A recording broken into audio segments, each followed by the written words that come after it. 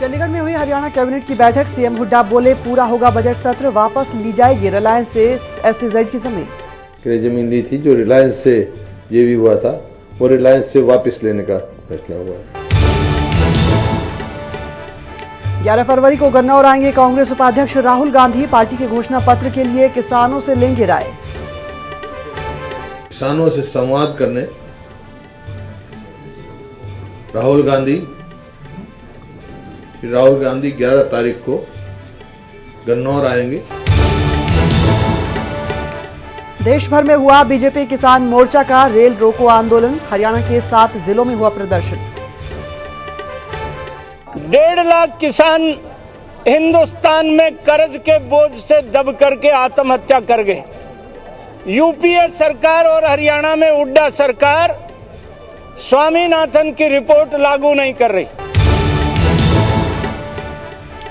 CD कांड मामले में इनेलो नेता अभय चौटाला ने लोकायुक्त के रजिस्ट्रार से की मुलाकात। अब 10 फरवरी को 4 और सीडी लोकायुक्त को सौंपेंगे। अगले सोमवार 4 और दे देंगे। उन चारों को भी हम इनसे रिक्वेस्ट करेंगे कि इन पे भी जल्दी फैसला करें। हरियाणा रोडवेज की नौकरियों में सामने आया फर्जीवाड़ा। 8 ड्राइवर्स के ड्राइविंग लाइसेंस पाए गए फर्जी।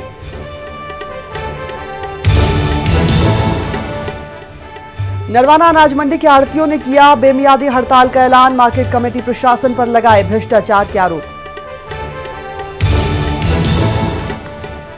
और गुड़गांव पुलिस को मिली बड़ी कामयाबी। चोर गिरोह के 7 सदस्य गिरफ्तार। करीब 4 लाख रुपए का सामान बरामद।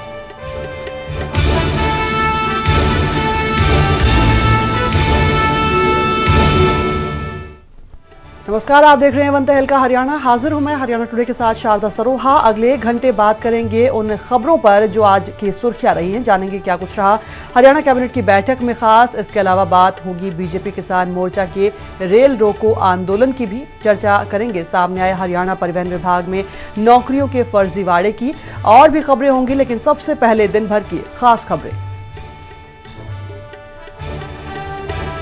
चंडीगढ़ में कैबिनेट की आज बैठक हुई है। सीएम हुड्डा की अगुवाई में हुई इस बैठक में कई अहम फैसले लिए गए। कैबिनेट की बैठक के बाद मुख्यमंत्री हुड्डा ने प्रेस कॉन्फ्रेंस की, जिसमें उन्होंने बताया कि बैठक में SEZ के नाम पर गुड़गांव में रिलायंस को दी गई जमीन को वापस लेने का फैसला लिया गया है। इसके अलावा हरियाणा एडवोकेट कल्याण फंड निगमों में भी अब कैबिनेट ने मंजूरी दे दी है। साथ ही मुख्यमंत्री हुड्डा ने जानकारी दी कि 11 फरवरी को कांग्रेस उपाध्यक्ष राहुल गांधी गन्नौर आएंगे और लोकसभा चुनाव में पार्टी के घोषणा पत्र में किसानों से संबंधित पॉइंट्स को रखने के लिए किसानों की राय ली जाएगी। पत्रकारों से बातचीत में मुख्यमंत्री हुड्डा ने खापों को भारतीय संस्कृति की झलक बताया। पत्रकारों ने जब खापों को लेकर सीएम हुड्डा से सवाल किया तो मुख्यमंत्री ने कहा कि खापों ने हमेशा समाज के लिए काम किए हैं और वो हमारी संस्कृति की झलक है। इस तरह ये NGO है और हमारी संस्कृति का पार्ट है। स्वामीनाथन आयोग की रिपोर्ट को लागू करने समेत कई मांगों को लेकर बीजेपी किसान मोर्चा ने आज देश भर में रेल रोको अभियान चलाया। हरियाणा में बीजेपी का यह अभियान 7 जिलों में देखा गया। अलग अलग जिलों में बीजेपी नेताओं ने रेलवे ट्रैक पर प्रदर्शन किया, लेकिन ज्यादातर जगहों पर पार्टी के नेता और कार्यकर्ता सिर्फ रेल के इंजन पर चढ़कर फोटो खिंचवाते नजर आए। करनाल में पार्टी के प्रदेश अध्यक्ष रामविलास शर्मा की अगुवाई में प्रदर्शन हुआ। इस मौके पर बीजेपी किसान मोर्चा के प्रदेश अध्यक्ष महिपाल ढांडा भी मौजूद रहे।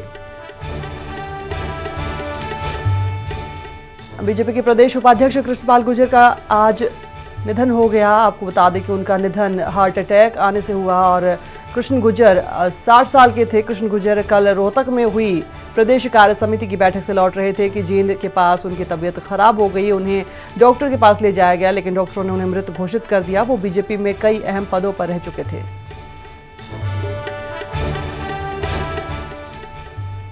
बीते साल इनेलो नेता अभय चौटाला की ओर से जारी की गई कांग्रेस नेताओं के खिलाफ सीडी मामले में अभय चौटाला ने लोकायुक्त की अदालत में पेश होकर लोकायुक्त के रजिस्ट्रार के सामने मामले पर अपना पक्ष रखा। दरअसल अभय चौटाला ने बीते महीने की 28 तारीख को स्वास्थ्य मंत्री राव नरेंद्र, CPS विनोद भ्याना, विधायक जनरल सिंह और विधायक रामनिवास घोडेला की सीडी लोकायुक्त को सौंपी थी और आज इसी मामले में गवाही थी। अब इस मामले में अगली सुनवाई 10 फरवरी को होगी। अभय चौटाला ने कहा कि अगली सुनवाई के दौरान वो लोकायुक्त को 4 सीडी और सौंपेंगे।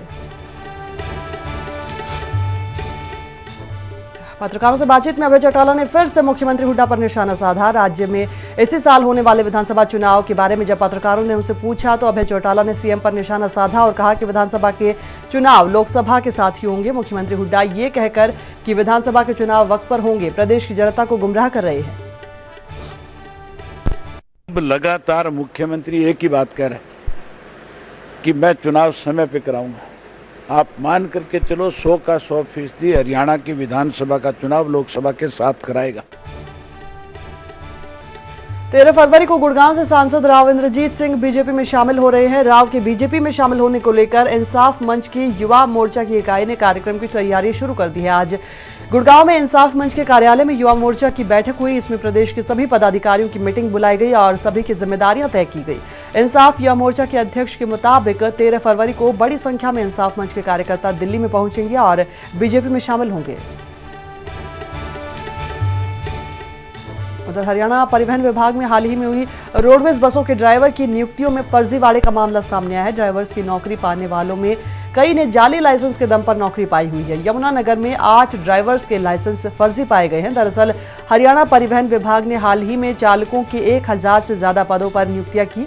इन चालकों के चयन से पहले कई स्तरों पर उनके कागजातों की जांच की गई, लेकिन फिर भी चूक हुई है और फर्जी लाइसेंस के दम पर कई परिचालकों ने नौकरी हथिया ली। हालांकि अब फर्जीवाड़े के सामने आने के बाद एक बार फिर से उनके दस्तावेजों की पड़ताल की जा रही है।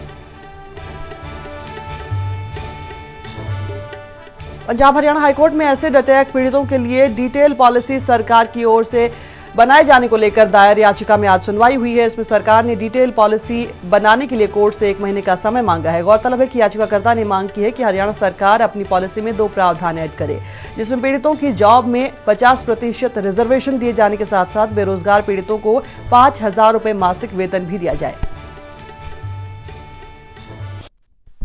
रिजर्वेशन हॉरिजॉन्टल होगी, जिसमें वो फीमेल विक्टिम्स जिनकी आंखें बची हैं लेकिन चेहरा खराब है, उनको एडजस्ट किया जा सके नौकरियों में। और दूसरी जो इम्पोर्टेंट प्रोविजन है कि जब तक इनको एम्प्लॉयमेंट नहीं मिल जाती तब तक कम से कम 5000 रुपये महीना इनको मंथली फाइनेंशियल असिस्टेंस दी जाए। ये भी एडवोकेट जनरल ने गवर्नमेंट के पास टेकअप किया और 1 महीने का टाइम आज कोर्ट ने दिया। मेरा ख्याल है इस महीने में हो जाएगा। और पंजाब और यूटी को हरियाणा का पैटर्न फॉलो करना होगा, ये भी डायरेक्शन हाईकोर्ट ने दे दिया। हज का दल बदल मामले में आज पंजाब हरियाणा हाईकोर्ट में सुनवाई हुई। कोर्ट में मामले की अगली सुनवाई के लिए अब 13 फरवरी का दिन मुकर्रर किया गया है। इससे पहले 4 फरवरी को राव नरेंद्र और धर्म सिंह चौकर की तरफ से कोर्ट में बहस पूरी की गई। गौरतलब है कि इससे पहले हज का दल बदल मामले में याचिकाकर्ता की तरफ से बहस पहले ही पूरी कर ली गई है।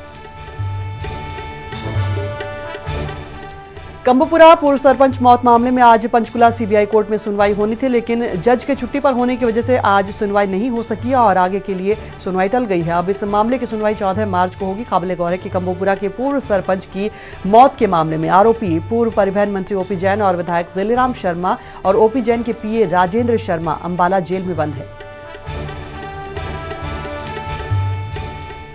नरवाना अनाज मंडी के आड़तियों ने मार्केट कमेटी प्रशासन पर भ्रष्टाचार के आरोप लगाकर बेमियादी हड़ताल का ऐलान कर दिया है। हड़ताल की वजह से किसानों की करोड़ रुपए की कपास की फसल फरोख्त नहीं हो पा रही है और वो यूं ही खुले में पड़ी है। मंडी के प्रधान का कहना है कि मार्केट कमेटी के पास फायर ब्रिगेड तक नहीं है और अगर कोई हादसा हो जाता है तो उसकी जिम्मेदारी प्रशासन की ही होगी। उन्होंने मार्केट कमेटी के उच्च अधिकारियों पर रिश्वत मांगने और व्यापारियों पर नंबर 2 का काम करने के मजबूर करने के आरोप लगाए हैं।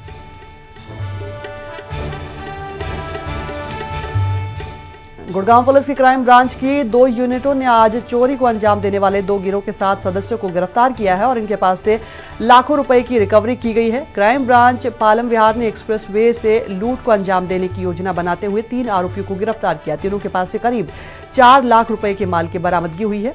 आरोपियों के कब्जे से एक देसी कट्टा और जिंदा कारतूस बरामद हुआ है। वहीं क्राइम टीम के सेक्टर 31 की यूनिट ने भी 4 शातिर चोरों को गिरफ्तार किया है। इनके पास से 56 मोबाइल, 2 लैपटॉप, एक डिजिटल कैमरा, 2 होम स्टीरियो बरामद हुई है।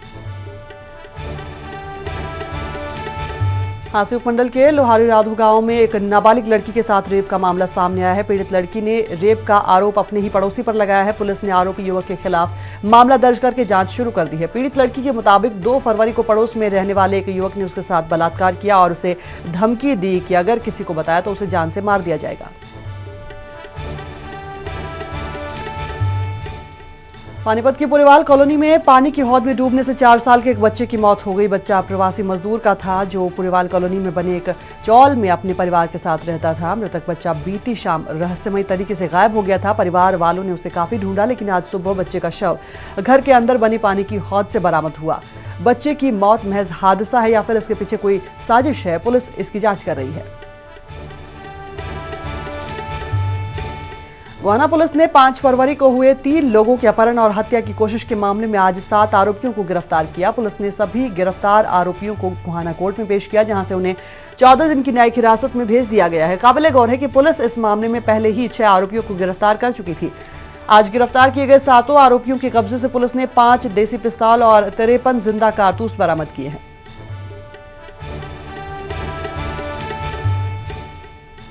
पानीपत में दिन दहाड़े आज एक छात्र पर करीब आधा दर्जन हमलावरों ने हमला कर दिया। हमलावरों ने छात्र पर चाकुओं से हमला किया। घायल छात्र के मुताबिक जब वो पार्किंग की ओर जा रहा था तभी पीछे से 7-8 युवकों ने उस पर हमला किया। छात्र का नाम रविंद्र है और वो पानीपत की IB कॉलेज का छात्र है।